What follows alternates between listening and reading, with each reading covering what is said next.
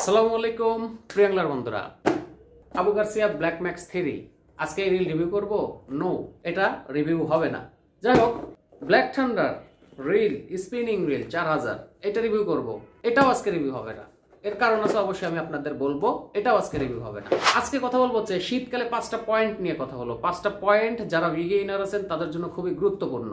5টা পয়েন্ট নিয়ে কথা বলবো। আশা করি এই 5টা পয়েন্ট যদি আপনি মাথায় রাখেন তবেই আপনি শীতকালে মাছ ধরতে পারবেন। যে 5টা বিষয় নিয়ে কথা বলবো সেই 5টা বিষয় একটু সংক্ষেপে আপনাদের একটু বলে দেই। সেটা হচ্ছে শীত এবং গরমের তফাৎটা বোঝা, নাম্বার 1। নাম্বার 2 স্পট সিলেকশন এবং হচ্ছে গভীরতা। নাম্বার 3 কম লেয়ারে জলজ উদ্ভিদ। Number 4 টোপের variation. নাম্বার 5 ছোট টোপ এবং বড় টোপ। এই যে 5টা পয়েন্ট, এই 5টা পয়েন্ট নিয়ে আজকে আলোচনা করব। আশা করি এই 5টা পয়েন্ট যদি আপনারা একটু ভালোভাবে মাথায় রেখে মাছ ধরতে যান, ইনশাল্লাহ অবশ্যই ভালো রেজাল্ট হবে। মানে যত মাছ ধরা আছে তার মধ্যে একটু অ্যাডভান্স টাইপের মাছ বা অ্যাডভান্স টাইপের ফিশিং হচ্ছে নদীতে ফিশিং করা। তো যাই হোক, আপনারা দেখছেন hook fishing video review channel, আর আমি আছি ওমর ফারুক। তো চলুন শুরু করা যাক।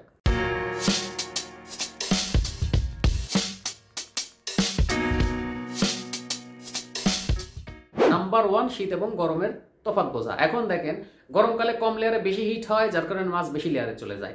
শীতকালে কম লেয়ার, যেখানে অল্প লেয়ার, পানির পরিমাণ কম, ওই জায়গাতে হিট হয়, যার কারণে এই অল্প লেয়ারে মাছ চলে আসে, গভীর লেয়ারটা অ্যাভয়েড করে শীতের সময়। এই হচ্ছে বিষয়। আরেকটা বিষয় হচ্ছে মাছ এই ঠান্ডার মধ্যে মাছ কিন্তু অনেক ধীর প্রকৃতির হয়ে যায়, যার কারণে মাছের নড়াচড়া খুব কম হয়। এটা স্বাভাবিক। মাছের নড়াচড়া না থাকলেও অনেক সময় কিন্তু হিট হয়। দেখবেন সারা দিনে নড়াচড়া হয় না, কিন্তু আপনি 4-5টা হিট করছেন, কারণ ওই টাইমে মাছ বেশি স্থির থাকে এবং টোপটা খুব ধীরে ধীরে নেয়। এটাই স্বাভাবিক। আবার শীতকালে জোরেও নেয়, এটা বলা যায় না যে কখন ধীরে নেবে কখন জোরে নেবে, এটা বলা যাচ্ছে না। নাম্বার 2 স্পট সিলেকশন এবং গভীরতা। এটা কিন্তু গুরুত্বপূর্ণ বিষয়। স্পট সিলেকশন এবং গভীরতা এটা কিন্তু শীতকালের জন্য খুবই গুরুত্বপূর্ণ বিষয়। এই জন্য বলতেছি যে যখন আপনি একটা ভালো স্পটে থাকবেন মাছ ধরার সম্ভাবনা বেশি থাকবে। যেহেতু মাছ এই টাইমে ধীর গতির হয় এবং মানে বিচরণ খুবই কম করে, বিভিন্ন জায়গায় ঘোরাফেরা খুবই কম করে। এই জন্য আপনাকে এই সময় যে স্পটটা নির্বাচন করতে হবে, যে স্পটে অবশ্যই দেখবেন যে সেখানে অনেক বাজা আছে। বাজা বা আমি সবসময় এটাই বলি, বাজা বা ডালপালা হাবিজাবি থাকতে পারে।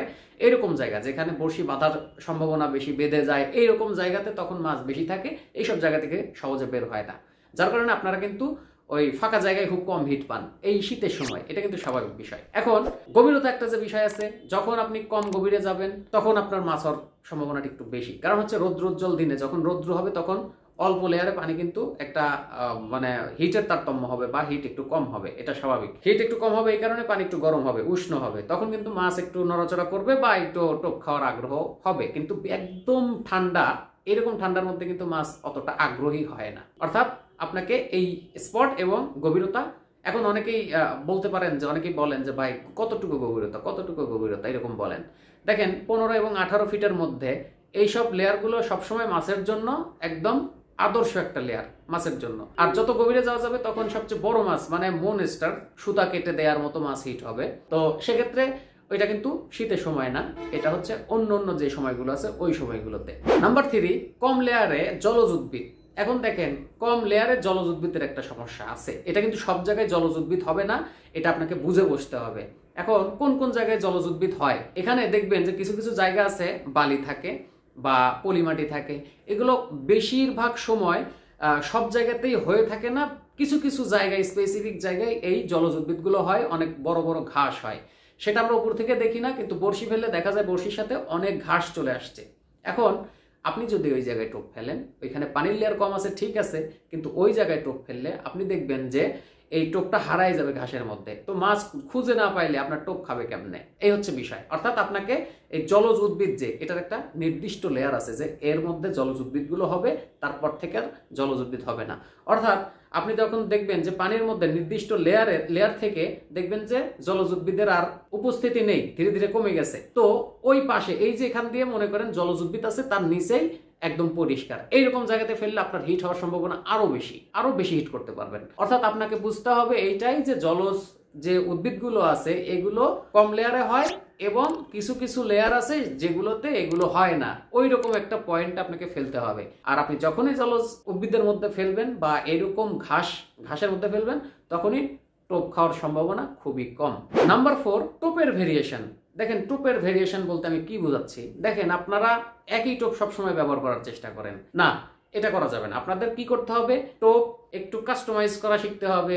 এক সময় লবণ ব্যবহার করে দেখতে, একটু ট্রাই করে দেখলেন, আবার এক সময় আপনাদের যে বানানো স্পেশাল কোনো কিছু থাকে, দুধ দিয়ে নারকেল দিয়ে কত কিছু দিয়ে যে আপনারা রেসিপিগুলো বানান, এইগুলো দিয়ে একটু ট্রাই করে দেখতে পারেন, এগুলো সহ একটু মিক্সড করে দেখতে পারেন। তারপরে আপনি একটু যে এই যে চকলেট বারগুলো পাওয়া যায়, এগুলো টোপের সাথে একটু মিশিয়ে আপনারা শীতকালে ট্রাই করে দেখতে পারেন। দেখেন, শীতকালে সবচেয়ে টোপ মানে মাছকে টোপ খাওয়ানো খুবই ক্রিটিক্যাল একটা প্রসেস আর কি। তো এই সময়ে আপনাকে টোপের ভেরিয়েশন আনতে হবে।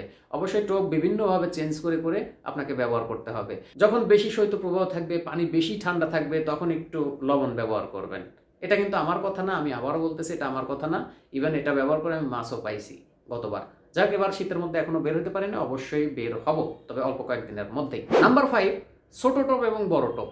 দেখেন, এই যে ছোট টোপ এবং বড় টোপ, এটা নিয়ে অনেক বড় বড় মাপের অ্যাংলার যারা গবেষণা করে, তাদের এর মধ্যে অনেক ধরনের মতামত আছে। সেটা হচ্ছে যে মতামতগুলো কিন্তু একদম এক্সাক্ট, মানে সবার সাথে সবাই কিন্তু আপোষ করছে, এইরকম একটা মতামত। তো যাই হোক, অনেক সময় ছোট টোপ মাছ বেশি টানে, অনেক সময় বড় টোপ মাছ কম টানে। এটা কিন্তু আপনি ট্রাই করে দেখতে পারেন। যখন দেখবেন বড় টোপ খাচ্ছে না, তখন টোপটা একটু ছোট করে দিয়ে দেখবেন, একদম হুকের মাপের মাপ, এইরকম একটা মাপে ছোট্ট ছোট্ট করে টোপ বানিয়ে দিবেন, তখন দেখবেন মাছ খাচ্ছে কিনা। এই জন্য আপনি সবসময় বড় টোপ ব্যবহার করবেন না, তবে শীতের সময় ছোট টোপ সবচেয়ে বেটার। এই জন্য বলতেছি যে বড় টোপ যখন খাবে না, কারণ মুখ, মানে আমরাও তো শীতের সময়, আমরা কিন্তু মানে গরমের সময় আমাদের খাবারের ধরন যেরকম থাকে, শীতের সময় কিন্তু সেটা থাকে না। ঠান্ডা ভাত আমাদের সামনে আসলে আমরা কিন্তু অনেক ধরনের এদিক সেদিক করি। তো যাই হোক, শীতের সময় মাছ মুখ খুলতে চায় না, এটা হচ্ছে প্রবলেম। যতটুকুই খোলে যেন ওইটুকু মুখ দিয়ে যেন আপনার টোপটা নিতে পারে, এই টাইপের ছোট ছোট করে টোপ দিতে হবে। এটা নদীর ক্ষেত্রে অবশ্যই এটা আপনাকে ফলো করতে হবে। এই যে 5টা স্টেপ যে বললাম, এটা আপনাকে ফলো করতে হবে।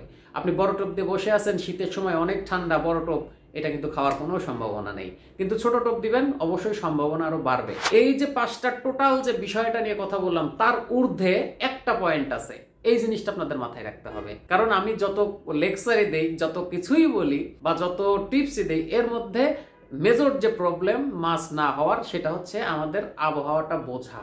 এটা কিন্তু গুরুত্বপূর্ণ।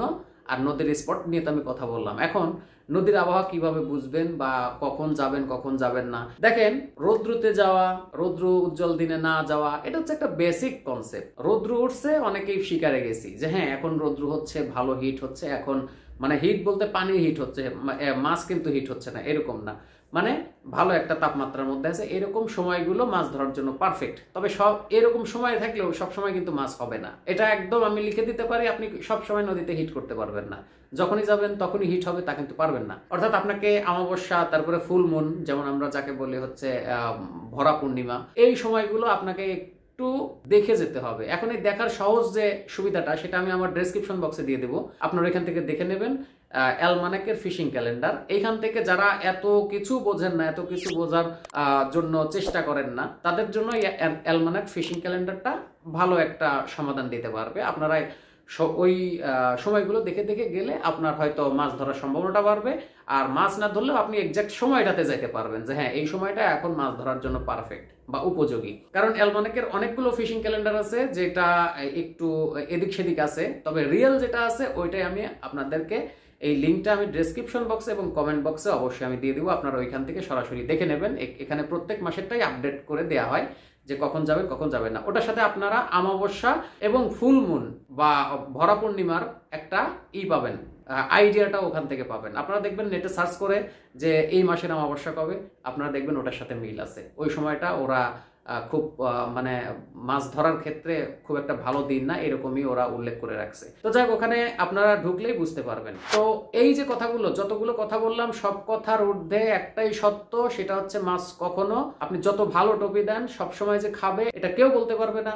আর যার যত বড় দামি দামি টোপ আছে তারাও বলতে পারবে না যে আমার এই টোপটা খাবে অমুক দিনে বা এই সময়, আমার যে কোনো সময় আমার টোপ খাবে। নো, কখনোই না। এগুলো হচ্ছে জাস্ট চাপা, মানে কি বলবো, যারা নতুন শিকারী আছে তাদেরকে এইভাবে বললে মনে করেন তারা বেশি আগ্রহী হয়ে তারপরে এই প্রোডাক্টগুলো নিয়ে ধরা খায়, তারপরে আর মাছ ধরার ইচ্ছা থাকে না। তো যাই হোক, ভিডিওটি আজকে এই পর্যন্তই, এবং সামনে আরো ভিডিও পাবেন। অবশ্যই আমি রিভিউ দিতে চাইছি, সময় হচ্ছিল না, যার কারণে দিতে পারতেছিলাম না। ইনশাল্লাহ এখন থেকে মোটামুটি ভাবে নিয়মিত হওয়ার চেষ্টা করব। তো দেখা হচ্ছে নেক্সট কোনো ভিডিওতে, সে পর্যন্ত সবাই ভালো থাকবেন। আল্লাহ হাফেজ।